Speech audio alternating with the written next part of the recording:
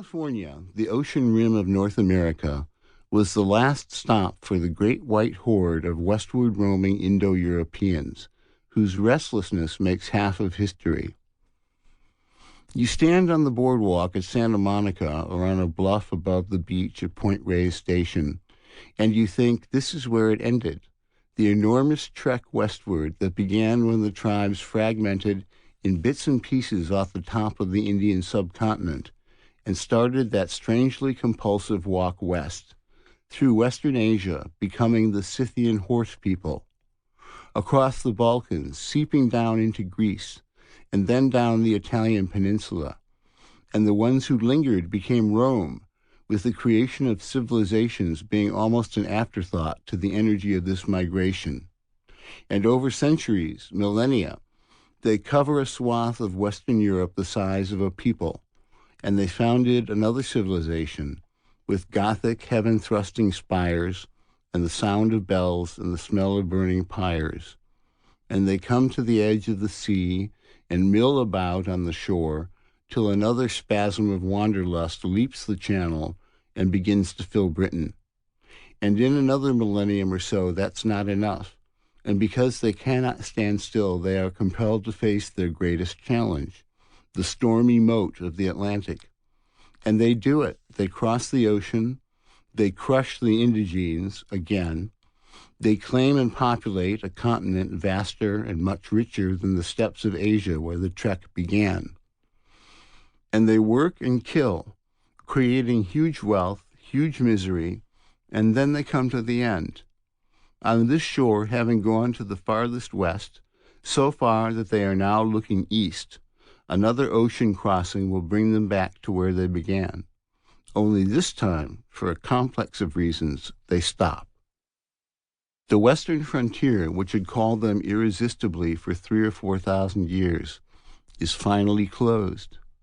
The eternal west, which had troubled their sleep and drawn out their best and worst, but always kept them moving, is no more.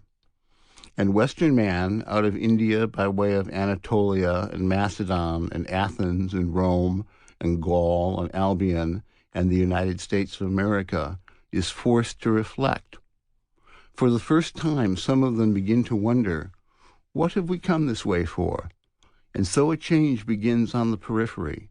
The great migration turns inward. And the thought splashes back from the Pacific edge, washes back east through the continent behind them, through all their people, now settled. The questions that are forming in the West begin to unsettle the people again, this time for no migration you can trace on a map. They have arrived at the place where the story will be transformed or reach its disastrous end. In the dream life of these tribes, from the Kurgan steppe to Omaha, Nebraska, was the idea that in the West lay the earthly paradise, a place of undying bliss or incalculable riches, and this goad had pricked them into new migration and new conquest again and again. So when they finally come to the ultimate earthly West, the Pacific coast of the Americas, and there is no more West to give their restlessness a goal, they are on shaky ontological ground. A question occurs to some of them. Might they, in fact, finally be there? Having come in one sense to the end of history, of their history at least, have they come back around to myth again? Have they come to that place in the story when images from the deepest past are realized as present reality? Have they, in fact, achieved the goal of their endless striving, if they could only see it? Achieved Tirnanog, Avalon, the Hesperides, the terrestrial paradise, High Brazil, the Fortunate Isles? And if so, what would that mean exactly? What happens when history runs aground on myth? The idea that paradise has been regained has been a theme of travelers' tales about California from the start. And so the spiritual history of California is one of utopias, sects and cults, new religious movements that declared the split between heaven and earth, myth and history, reconciled.